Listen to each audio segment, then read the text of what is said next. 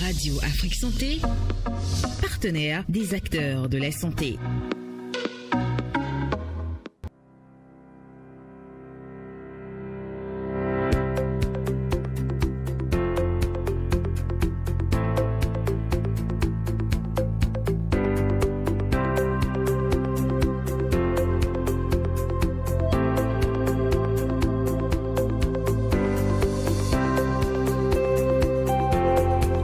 Mesdames et messieurs, bonjour, merci d'être au rendez-vous de votre émission En Thème Facile. En Thème Facile, c'est une émission consacrée à l'explication des basiques sur la santé, de même que sur le vocabulaire médical et paramédical.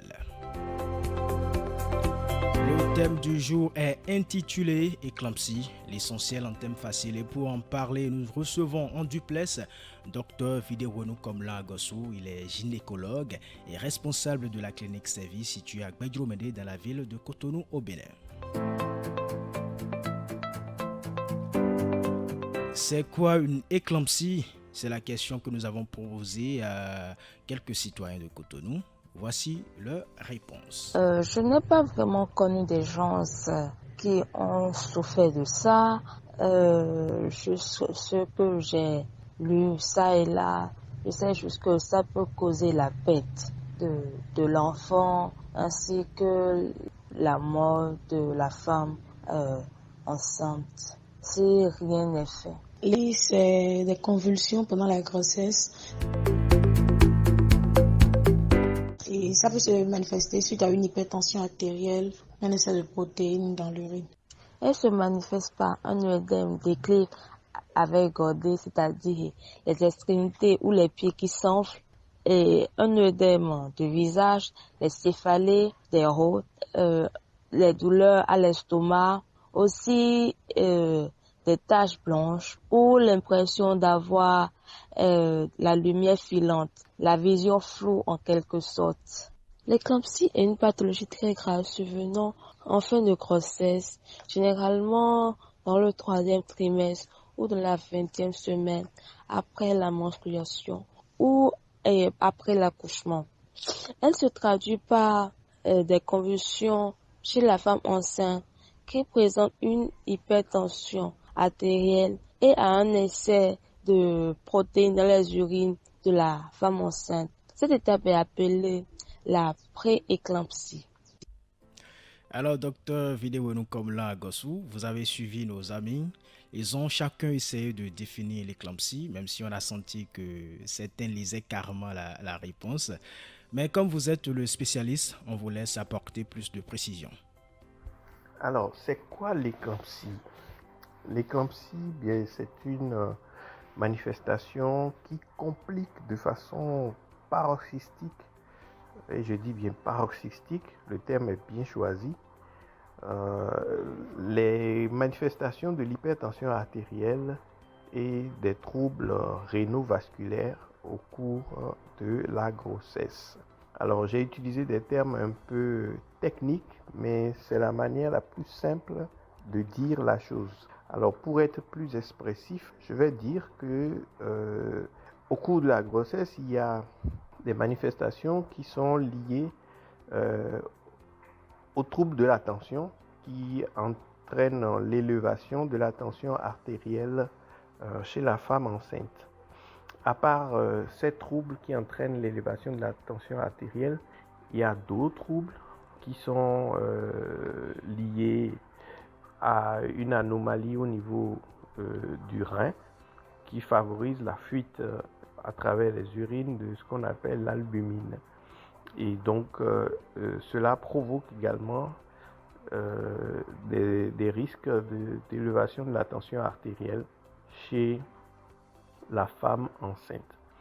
Et donc, ces deux situations-là et peut-être d'autres manifestations, parce qu'il y a certaines maladies chroniques qui aussi donnent une hypertension artérielle et des troubles rénaux-vasculaires. Et ce sont ces maladies donc qui vont se compliquer de façon brutale, de façon inattendue, de ce que l'on appelle l'éclampsie. Et cette éclampsie donc va se manifester par des convulsions chez la femme enceinte ou bien l'accouchée récente.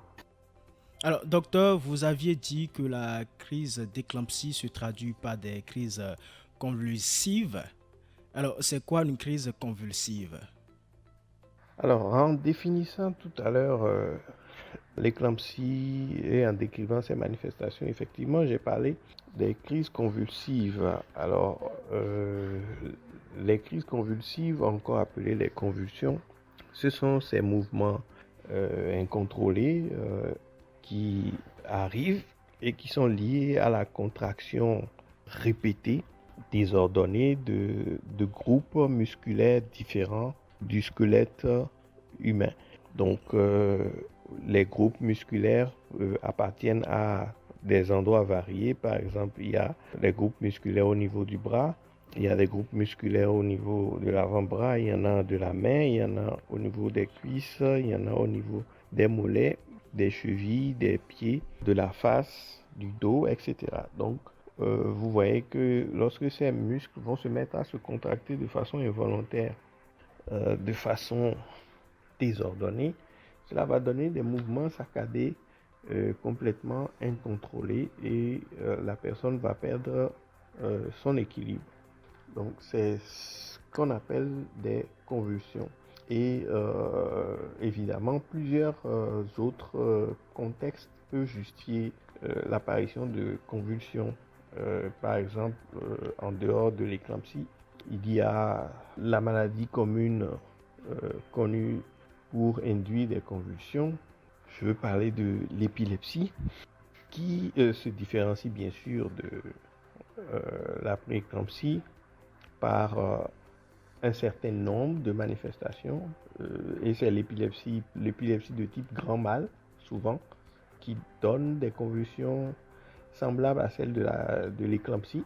Ici, cela commence par un grand cri et cela finit par une émission d'urine avec une amnésie totale de la crise. Donc, la personne qui a eu sa crise d'épilepsie ne se souvient pas du tout d'avoir eu quoi que ce soit. Il y a d'autres contextes qui donnent aussi des convulsions. N'oublions pas les encéphalopathies, donc les maladies de l'encéphale, les tumeurs cérébrales. Et n'oublions pas aussi la méningite qui donne des raideurs que l'on peut confondre à tout ce tableau.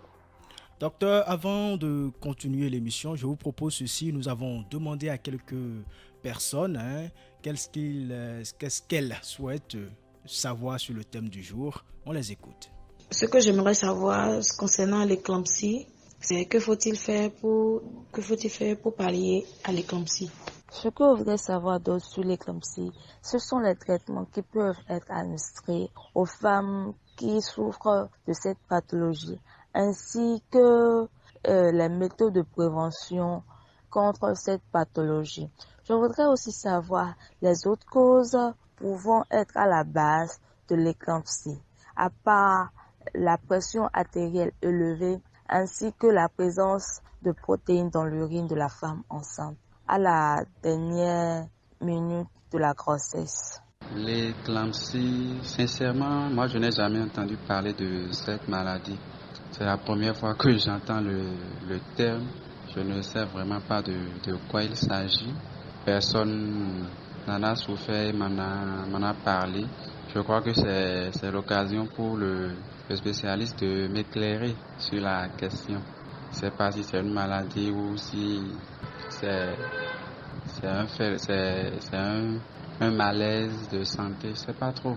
Donc je serais très heureux que le spécialiste m'explique tout sur cette maladie-là. J'aimerais connaître les causes de ce mal, le traitement adapté pour en guérir, les complications qui peuvent émaner du non-traitement ou du traitement tardif de ce mal.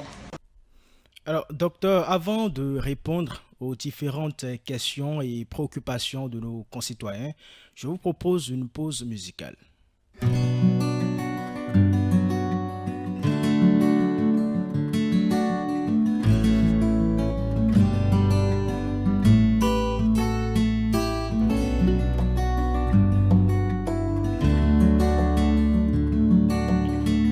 retour en studio, éclampsie, l'essentiel en thème facile, c'est bien sûr le thème du jour. Et nous en parlons en duplex avec Dr Vidéo Nukobla Gossou, il est gynécologue obstétricien. Alors docteur, vous êtes là. Dites-nous comment se manifeste l'éclampsie.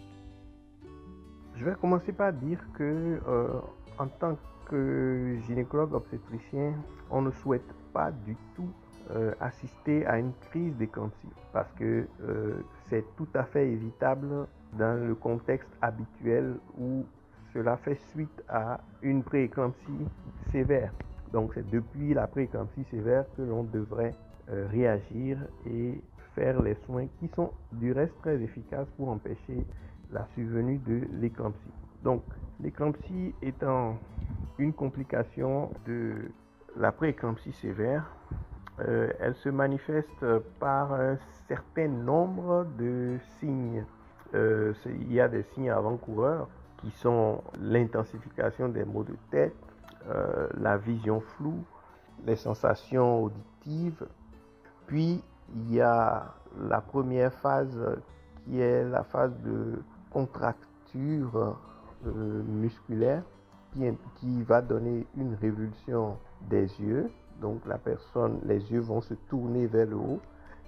Il y aura une contraction des muscles du visage, des muscles du membre supérieur et de la main, ainsi que de tous les muscles du corps.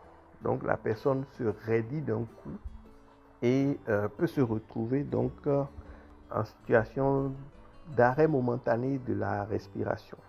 Et c'est à ce moment que la personne pourrait aussi se mordre la langue parce que la mâchoire va se contracter sur la langue si la langue était pendue. Alors, ensuite à ça, il va y avoir la phase des convulsions réelles, donc les convulsions proprement dites où il y aura une contraction désordonnée de plusieurs groupes musculaires, ce qui va faire que la personne va avoir des mouvements saccadés, un peu comme lorsqu'on a des crises d'épilepsie. Et enfin, il y aura une phase résolutive qui va se terminer par la cessation complète de tout mouvement.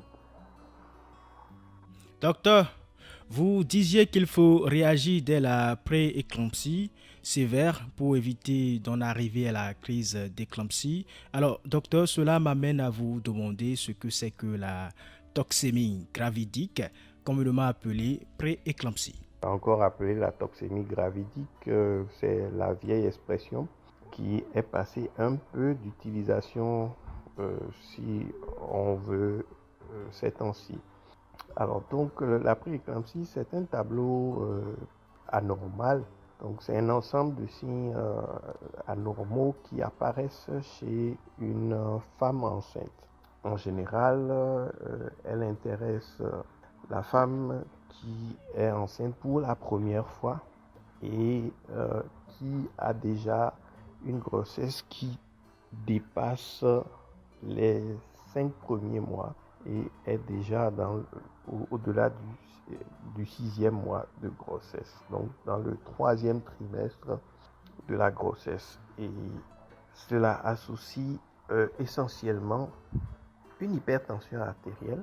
Donc lorsqu'on mesure la tension artérielle, les chiffres sont supérieurs à 140 mm de mercure pour la systolique, donc la tension la plus forte, que l'on appelle la maxima aussi, et 90 mm pour la tension diastolique, que l'on appelle la minima.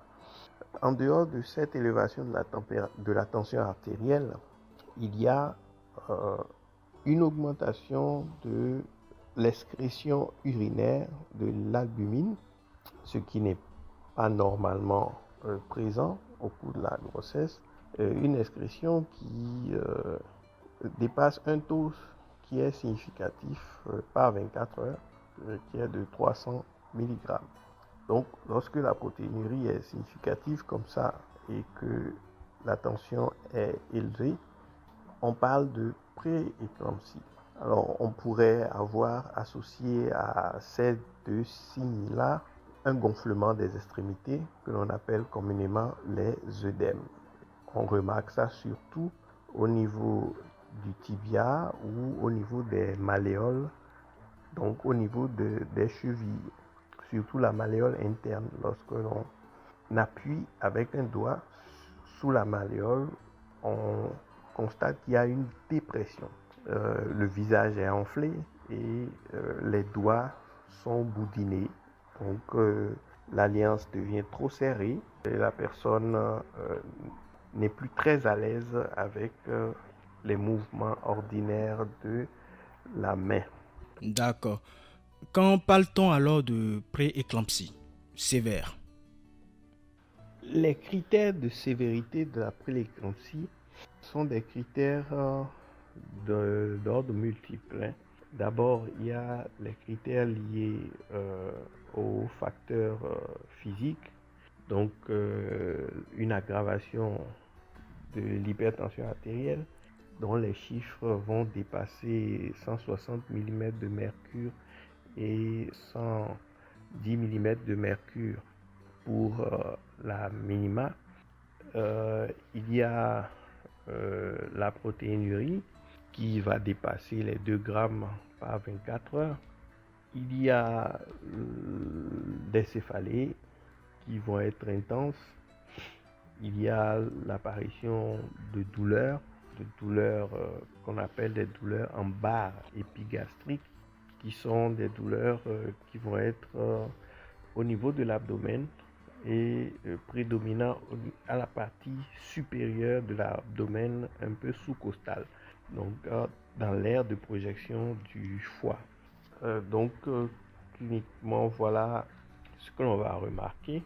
Il va y avoir des critères aussi au niveau rénal qui vont se manifester par une diminution de l'émission des urines. Donc on va avoir une miction qui est inférieure à 25 cm3 par heure, soit inférieure à 100 ml d'urine émise de toute une journée. Puis si on quitte ces symptômes physiques, on va attaquer les symptômes échographiques qui vont nous donner des éléments concernant le fœtus dont la croissance va être très ralentie. Donc lorsqu'on prend les paramètres de mesure du fœtus, les paramètres recueillis vont montrer que la croissance est inférieure à la croissance attendue à l'âge précis de la grossesse, ce qu'on appelle une hypotrophie. On va avoir des perturbations au niveau de la circulation ombilicale et de la circulation au niveau des vaisseaux cérébraux. Donc cela se réalise avec l'effet Doppler sur les échographies. Donc on va avoir une perturbation des Dopplers ombilicaux et cérébraux. Oui. On va avoir également une raréfaction du liquide amniotique. Donc, enfin, on va avoir les signes biologiques. Et parmi ces signes biologiques, on va compter les perturbations au niveau de la numération. On peut avoir une anémie liée à l'hémolyse. Donc on va avoir également une baisse des éléments du sang que l'on appelle les plaquettes. On va avoir une élévation des enzymes hépatiques que l'on appelle les transaminases ordinairement. On va avoir également l'élévation de ce qu'on appelle la bilirubine qui va donner donc lieu à l'ictère que l'on peut avoir dans ces conditions. Il peut y avoir des répercussions sur d'autres organes, surtout au niveau rénal, où on peut avoir l'augmentation de l'urée et de la créatinine, des marqueurs d'une souffrance au niveau du rein. On va avoir également une élévation de l'acide urique qui est témoin d'une mauvaise perfusion rénale. Donc, Docteur, voilà ce que je peux dire globalement oui, sur la prééclampsie sévère. Merci, docteur. Alors, dites-nous quels sont les facteurs prédisposants ou, si vous voulez, facilitant une crise d'éclampsie. Alors, la crise d'éclampsie étant une complication paroxystique, elle n'est pas forcément prévisible. Donc, elle arrive des fois en dehors de tout contexte d'hypertension artérielle au cours de la grossesse, de l'accouchement ou bien des suites de couches immédiates.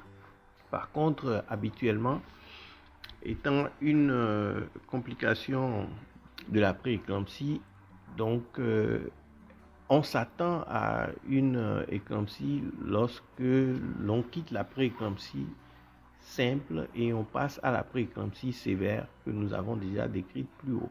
Donc lorsqu'une prééclampsie devient sévère, il faut prendre les mesures, des mesures thérapeutiques pour endiguer la sévérité, contrôler la prééclampsie.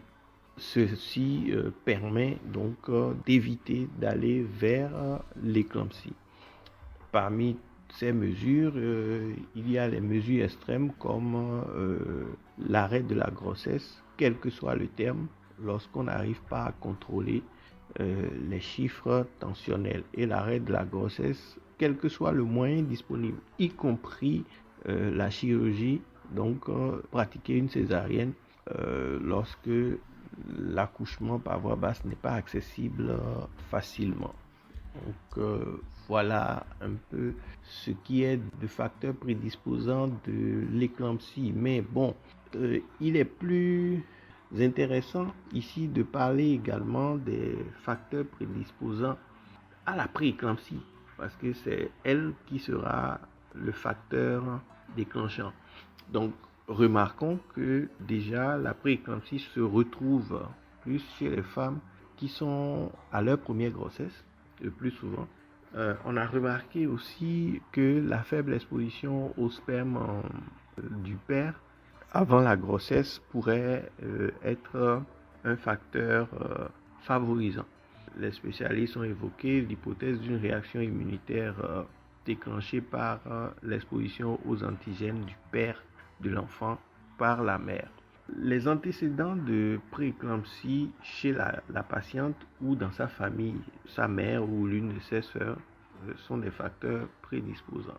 Il y a les maladies préexistantes comme l'obésité massive, l'hypertension artérielle chronique, une maladie rénale chronique comme une glomérulonéphrite ou un syndrome néphrotique, le syndrome des anticorps antiphospholipides, etc. Ce sont des maladies préexistantes qui pourraient favoriser l'apparition de la prééclampsie. Il y a la grossesse chez les femmes âgées de plus de 40 ans. Voilà pourquoi il est conseillé, entre autres, de ne pas porter une grossesse lorsqu'on a un âge mûr, comme la quarantaine et au-delà. Il y a la multiplicité des grossesses. Donc, le fait que ce soit une grossesse gémellaire ou plus à partir de 2 fœtus, le risque d'avoir une prééclampsie est bien plus élevé que dans une grossesse ordinaire, simple, d'un seul fœtus. Docteur, dites-nous quel doit être le comportement ou si vous voulez le mode de vie d'une femme enceinte qui a une hypertension chronique, c'est-à-dire une femme enceinte dont la tension artérielle était élevée bien avant la grossesse. Alors, c'est une personne qui présente un facteur de risque d'avoir une prééclampsie et donc son projet de grossesse ne doit pas être mené en dehors d'abord de son cardiologue. Parce que c'est une personne qui est suivie régulièrement pour son hypertension artérielle, je suppose. Normalement. Et si ce n'est pas le cas, cela devrait l'être.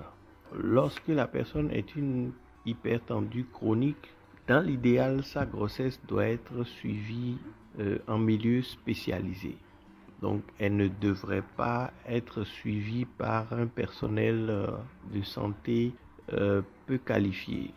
Parce que désormais, effectivement, les risques de complications étant très élevés, il vaut mieux qu'elle soit dans un milieu assez spécialisé, donc qu'elle fasse ses consultations prénatales auprès d'un gynécologue obstétricien et qu'elle soit concomitamment suivie par un cardiologue pour que cela facilite le suivi et la gestion des différents paramètres qui permettent d'évaluer les risques de complications au cours de la grossesse.